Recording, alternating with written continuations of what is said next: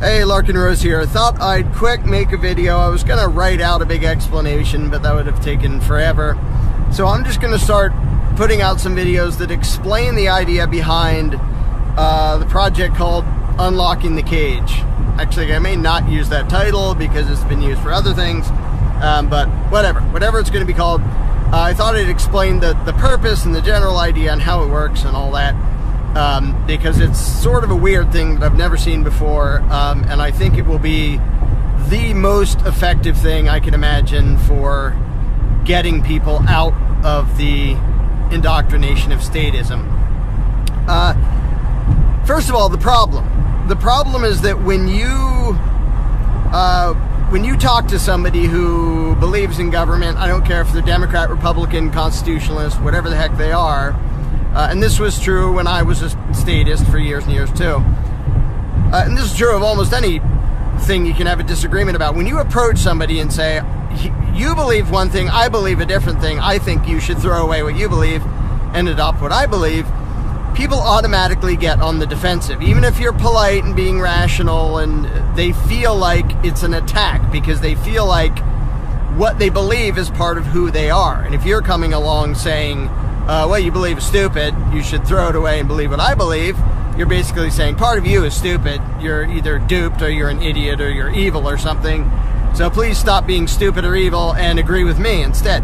So people immediately and automatically go into defensive mode and want to defend their position. It's not about them being open at all. You know, even if they're somebody who's rational and dares to think about things, there's sort of already the inertia of where they already are and thinking they already have a pretty good idea of what's true and what's false and what's right and what's wrong. So there's this project I'm doing, which is going to be a massively involved project. It's probably going to take a year at least to do. The challenge is not actually the logic or the philosophy, because that's been around for ages and it's actually pretty dang easy. If people want to think about the concepts and want to and dare to question what they always assumed and want to think about it, the concepts of self-ownership and the non-aggression principle and a voluntary society, they're really simple. They're ridiculously obvious. The challenge is not that the logic and the principles are so complex that people can't possibly understand them. They're ridiculously easy. The challenge is human psychology and getting past the mental inertia in people's minds that keep them from thinking about new ideas. And for the last 18 years now, I've been an anarchist talking to hundreds and hundreds of people in lots of different situations and settings, a lot of them one-on-one, whether it's online or in person, and you know, some obviously confrontational. And the way this project is very much not the way I usually approach things, but it makes use of what I've learned having talked to hundreds and hundreds of people and watching the ways in which their brains do these weird irrational reactions to questions and ideas which are actually very simple. So, you know, you see all the philosophers who for hundreds of years have been explaining these things. Most of the world has still never heard of these things and doesn't understand them. It's not because the philosophy and the logic isn't there. It's been there forever.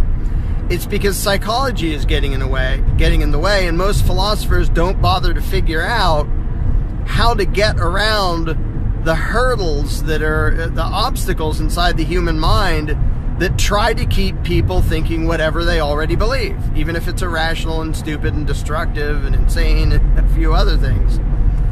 So the purpose of this project is to get around that. Now, I think I've gotten down to the point where if I'm with somebody who dares to talk and has an open, friendly discussion, and we're in a one-on-one setting, there's nobody else watching, so there's no peer pressure and there's no stress on them and they don't feel like it's a conflict, I have a pretty high rate of success at getting people to question what they've always assumed about authority and government and this and that and the other thing. It won't always be in one sitting. Often they'll have to think about things, and then later we'll pick it up where we left off or whatever.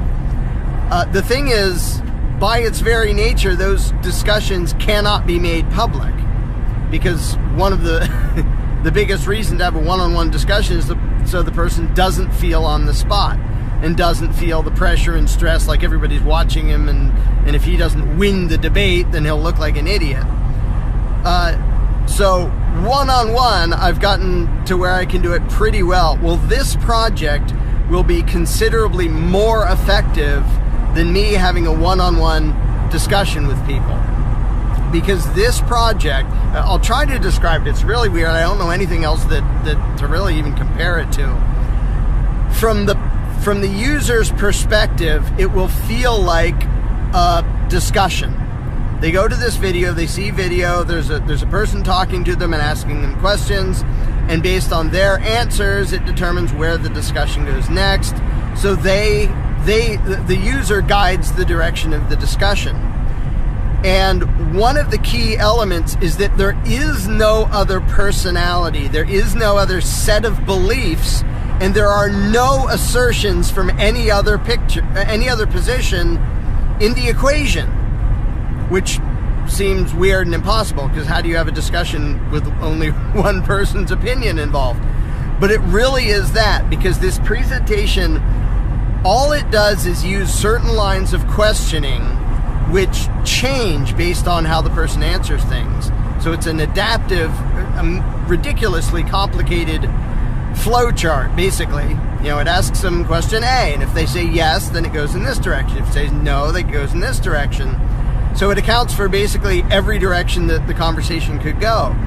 Every step of the way, there isn't a right or wrong answer. The face and voice they're talking to never brings up an opinion, is never judgmental, never says, that was a stupid answer, you got it wrong. It says, okay, that's your answer. And from the beginning, it emphasizes the fact that the user, through this whole process, is the final judge and jury of what is true and what is false, what is right and what is wrong. What's consistent, what's inconsistent. He gets to decide. There will be no outside judgment on him of whether he got anything right. Now, this doesn't work in the vast majority of subjects and topics of discussion and fields of thought. Like if you're trying to teach biology or quantum physics or stuff, you can't say, well, every opinion is equally valid. That's bogus. It doesn't work. You don't learn anything. The only reason this approach works in this particular setting is because every single person who believes in government still has contradictions inside his own head. It's not just a matter of you advocate A, I advocate B, they don't match, let's scream at each other until one of us gives up. It's not that at all. It's that every single person, when he simply removes the contradictions inside his own head, he ends up as an anarchist. Always. Because you cannot be a statist without having contradictions inside your own head. And it took me years and years and years to learn this the hard way about myself when I was a statist. And I would argue with other people of you know, whatever position they were in. And later I'd think about things and think, well, it sort of felt like I was contradicting myself when I said this and this and then that. And then I would whittle away the contradictions, and I would talk to my wife Tessa, and we'd have discussions, and we'd both sort of whittle away each other's contradictions until we completely fell off the statist spectrum. I've said this before, I'll say it again. A lot of anarchists get to be anarchists by deciding that a society without government is better than a society with government. That's not how I got there.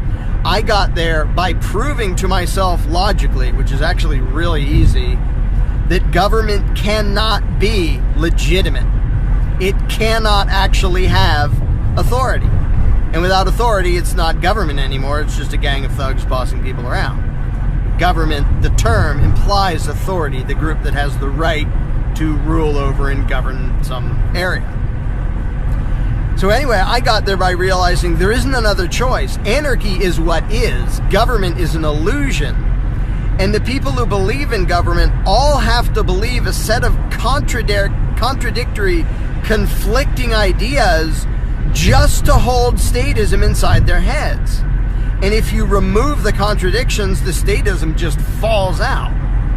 So this unlocking the cage, or whatever it's going to be called, all it has to do is guide people through their own thought processes and their own opinions and their own beliefs and their own answers about, their answers to various questions, to guide them to the contradictions inside their own head. And even then, they get to decide what to do about it. They even get to decide whether to declare that a contradiction or not. Or say, oh, yeah, I said A and I said B, and they're mutually exclusive, but I'm sticking to it. So the weird magic thing about this project is that it doesn't assert or argue anything ever. All it has to do is ask questions. And the thing is, even one-on-one, when I do this one-on-one with people, if they get stuck, this is just human nature, and I do it just as much as anybody else. If they get stuck and they feel like they're about to contradict themselves, they get defensive, they get irrational, they get angry, they start to say stupid things, they start to change the subject. And this is in a nice conversation, if it's somebody they're getting along with and it's private and generally polite. In this presentation, because there is no other human being, they don't feel rushed, they don't feel pressure, they don't feel tricked, they don't feel scared about answering. In fact, one of the cool things about this presentation, whatever you want to call it, is people can go back and change their answers. Now, if you do that with another person, they said, aha, you just contradicted yourself. Presentation doesn't do that. It says, okay, if you want to go back and change that answer and go from there, you can do that. Like, you're the only judge here. Like, this isn't, the program isn't judging you and telling you whether you're an idiot or not. So if you say yes, and then a while later you say, I guess the answer to that was actually no, you go back and you change it to no, and you keep going and see what happens from there. So there's all the way no pressure. Now, there is a human face and a voice guiding them through this, but it never says I, and it never has an opinion, and it never renders any judgment, and it never makes any assertion. Basically, it's a tour guide through your own head and your own belief system that's just completely passive and polite the whole time and not judgmental at all. So there's all the way no stress and there's no rush. Oh, another big thing is, if you're in a discussion with somebody and you ask them a question, well, what do you think about this? And they sit there and think, and they're not really sure, and they pause for 10 seconds. After 10 seconds, they feel really stupid and they want to say something. People aren't comfortable with that silence. If you just ask me a question and I'm just sitting here going, well, if it isn't a human being, and if it will wait literally forever for an answer without tapping its fingers on the table or saying, come on, come on, come on, then there is none of that stress, and you can sit there and think. And this unlocking the cage, whatever it's going to be called, is designed so that the person, for every question, they can either sit there and think about it for 10 minutes, or they can get out of the presentation and think about it for a day or a week or a month, and then come back whenever they want, and they get a simple number, and they put in the number, and it knows where they left off and all the answers they gave up to that, everything that happened up to that point. So there's none of that immediate pressure because one of the most important things is when you can get somebody to the point where they say, I'm going to have to think about that. Shut up. Just shut up and let them think about it. Because getting somebody to think about stuff is the entire challenge. And if you're talking over them instead of letting them think, that's stupid. So this presentation, when they want to think, they can think as long as they want. And they can come back, and every question, actually, it gives a chance to like, if you want clarification or elaboration or like, well, I'm not quite sure what you mean by that, every question can expand on what it means, so they can think about it, and it can give examples. They can think, well, yeah, I think I do agree with that in this case, and whatever it is. So there's all the way no pressure, because there isn't another human being, and there's no time limit, and there's no judgment, and there's no right, there's no wrong. I mean, in reality, obviously, there is a right and a wrong, there is a true and a false, but in this presentation, there doesn't have to be any of that, because none of it is based on accepting any particular facts. It's just based on the fact that everyone who believes in authority has contradictions inside their own head. And if you can guide people to them, a whole lot of people will see the contradiction, say, I kind of have to think of what to do about that. Because if I believe A and I believe B and they don't match, they can't possibly coexist, one of them must be wrong, and I got to figure out what it is. See, the beauty of this, and it starts out with this in the introduction, is it assumes that the user is a good person with good intentions and wants good things. Because if you assume, well, maybe you're evil, well, what's the point of talking to them? So it says this isn't to decide if you're good. It's going to start with the assumption that you're good, and you get to decide every step along the way, all questions of true and false and all questions of right and wrong. It's all up to you. And really the point is to make you, the user, consistent with your own values. It isn't to make you loyal to somebody else's moral code. It's to keep you loyal with your own. And it talks in terms of, you know, there may have been ideas and concepts you were taught or that you picked up from society that are actually interfering with what you think you should be and with what you think society should be and with what you think is right and wrong and your values and your preferences and your priorities. So the whole thing is tailored to just help the person be at one with themselves, really. I mean, it doesn't use that terminology, but that's basically what it does. Because I assert, and a lot of people have learned this, a whole lot of people who haven't gone through this will say, what are you talking about? But a lot of people have learned this. I assert that when you are at one with your own mental state and you are actually consistent inside your own head, you are an anarchist. You can't not be. You cannot be a statist anymore if you're consistent inside your own head. So it doesn't have to say, you're evil, you're condoning evil crap, even though a lot of people do, and I do that all the time. Incidentally, this is not my normal approach with people. I mean, I can do this to a certain extent in certain settings, but in debates, I'll just bludgeon people over the head with their contradictions, and it'll be a debate and an argument. This is not a debate. This is not an argument. This whole, and one of the beauties of this is, from the user's point of view, it's just one discussion, but it's a different discussion for every user because the direction is determined by every single answer the user gives. If he answers yes, all right, now we're going in that direction. And I can only do this because I've done hundreds and hundreds and hundreds of real discussions with real statists over the past 18 years that I've been an anarchist. And I know the way their brains go, and I know the things that the human mind will do to evade thinking about things and how it'll misunderstand something and twist something and turn something into an emotional argument. And so every step of the way, because it's pre-recorded, but it does not come across as just a video. It's not sit there, shut up, and I'm going to throw ideas at you. It's not that at all. In fact, there are no ideas except for what the user brings to it, which sounds just bizarre. And until people go through it, it's going to sound like, well, how do you teach anybody anything if you don't put any ideas in front of them? And in this case, it really can be done, and it really is the best way to do it. But because it's all pre-recorded, it comes across as one discussion for the user, but it's all recorded. So, you know, the user, I haven't figured out exactly how long the whole process will take. Let's just say it will take an hour. This is a wild guess. I have no idea yet. I haven't tried it. If it takes 1 hour of discussion for somebody to go through it, there was probably 12 or 20 hours of actual video of all the directions it could have gone. In all the different clips from all the different answers of all the different questions. Okay, if you answer yes, we move to this, then it asks that. So every question can be perfectly presented and perfectly worded. It's like having a discussion with somebody who says everything exactly the way he should to be perfectly clear the first time he says it without having to think about it. And nobody in the world can actually do that in real time. But this has the advantage that it's all pre-programmed, but it comes across as an interactive discussion. Again, an interactive discussion that's different for different people because they decide where it goes. There is a massive number of ways in which the directions in which the discussion can go, but it's not infinite. And it can be broken down to a flow chart, an if-then chart. If they say yes, then you go that way. If they say no to the next one, then you go that way. If they said yes to the question 3 questions back, and then they say no to this one, then you go in this direction.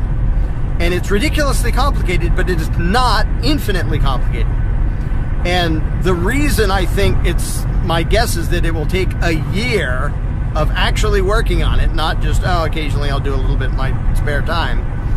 The reason I think it'll actually take a year to do this is because it is a massively complex flowchart to cover basically every direction the conversation could take.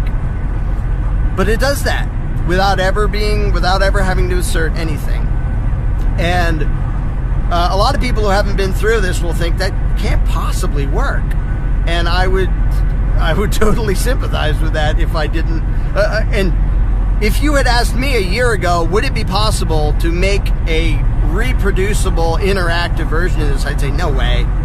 No, there's too many directions it can go. There's too many variables. It's just way too unpredictable.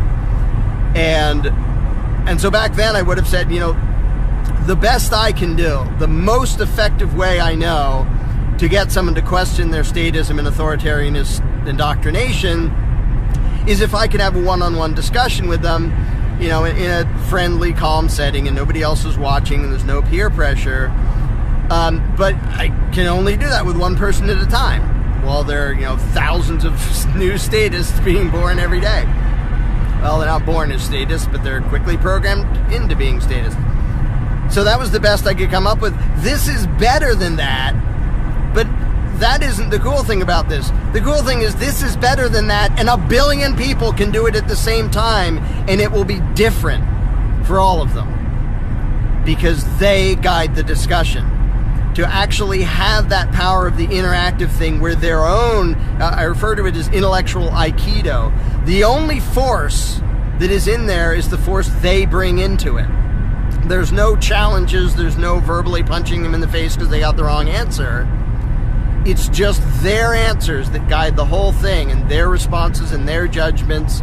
It just guides them through. So in a way, they are discovering the truth for themselves, which is the most powerful thing. Because if I have some piece of truth and you don't, or the other way around, and one of us says, sit there and shut up, I'm going to throw truth at you, the person isn't likely to be open and isn't likely to pay attention. They're likely to be defensive. If they happen to listen to it and happen to concentrate, they might get it, they might not. But if they find it themselves, it's in their brain forever, and it's part of them. It's not just, oh, I heard some guy say something like this at some point. This is actually guiding people to finding this truth for themselves without having to assert or argue anything. So that's my not very short, quick description of it. And there's a funding page for this. The funding center on Freedom's Phoenix is for things just like this. And I've been sort of daydreaming about this project for a little bit more than a year. I didn't nearly think it would happen because one of the important things is it can't cost people anything. Like if you say, hey, if you want to have me mess up your view of reality, just give me $20. People don't want to pay to do something they assume is going to be somebody throwing a conflicting view at them. But, pay somebody to disagree with you. People don't like to do that. And it would immediately be a giant limiting factor on how effective it could be. So it has to be free. And I'm thinking, well, here's this massively complex project, which basically has no profit potential involved. So what's how is this ever going to happen? I can only just barely pay my bills as it is now. I can't devote a year to something just to be nice while my family starves to death. But the Freedom's Phoenix Funding Center came into being, and I thought, well, I'll throw it out there and see if people think this is important, because this is sort of a humongous dream project that a year ago I thought it would be so cool if there was something like this, but there's never going to be, because first of all I thought it's not possible, and then I thought it's not possible to fund it, and I can't do it for a year. And later on I can describe more what it'll actually look like, the appearance of it, because it isn't just here's some text on the screen, answer a question. That's just way too boring and way too stupid and not interesting. It'll be visual, it'll have sound, it'll be a person, it'll be a discussion, it'll be cool, it'll have, I don't even know how to explain. I'll explain more of that later. But it will be this giant interactive thing that is better than me or anyone I know sitting down one-on-one to talk to a statist. It'll be more effective than that, and a billion people can be doing it at the same time. So that's sort of my crash course in what this thing is going to be about, as I'll make a list of other things I want to bring up and mention about it, and make videos in the future. But if you do want to fund it, if you think it sounds like a cool thing, I'm already working on the flowchart and the graphics of what it's going to look like. As it happens, I already have the software and the know-how to do the whole thing. What I don't have is the time to do it for free, because it will be a massive amount of effort. But I already have all the software and I already know how to do it. A lot of it will be in a computer-generated world, but with an actual person being the face and voice who talks to people, which, by the way, won't be me, which is a big advantage, too. So if you think that sounds cool, if you want to know more, I'll be making more videos to explain it. If you want to help fund this thing, because it's already started, I am going to make it, whether I starve to death in the process or not. It would be fun if I didn't starve to death in the process. But it is underway, and I'll throw out more and more about it. It will be a huge undertaking, but when it's finished, I would use it before I'd even use myself. Before I'd sit down and talk to somebody, I'd say, instead of talking to me about it, I mean, you can talk to me about it if you feel like it, but what's better is go here and do it this way. Go to this, and it'll be a website and an application for every kind of phone and computer and tablet and whatever the heck else there is. Everything under the sun, people can do it by whatever means they want. I think it may even work just as a DVD, too, for those old-fashioned people like me who don't have a smartphone and all that. But so that's the general idea.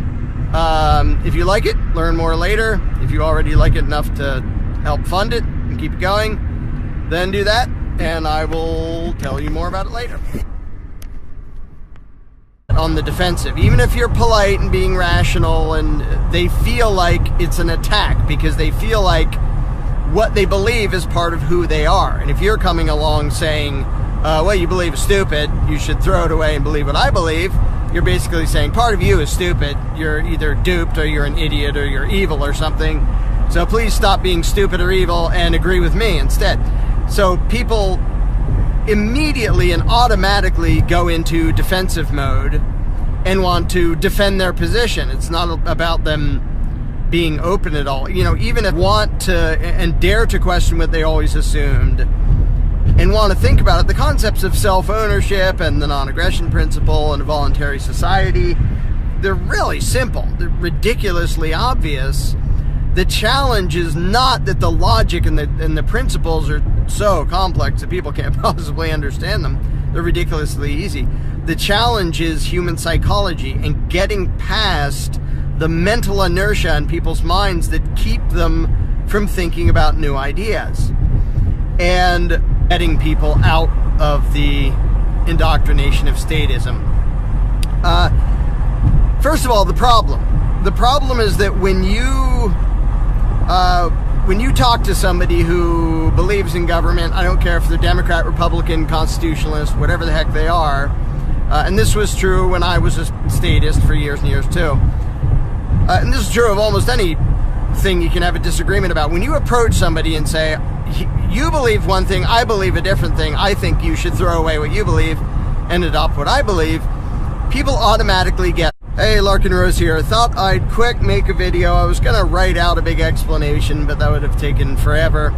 So I'm just going to start putting out some videos that explain the idea behind the project called Unlocking the Cage.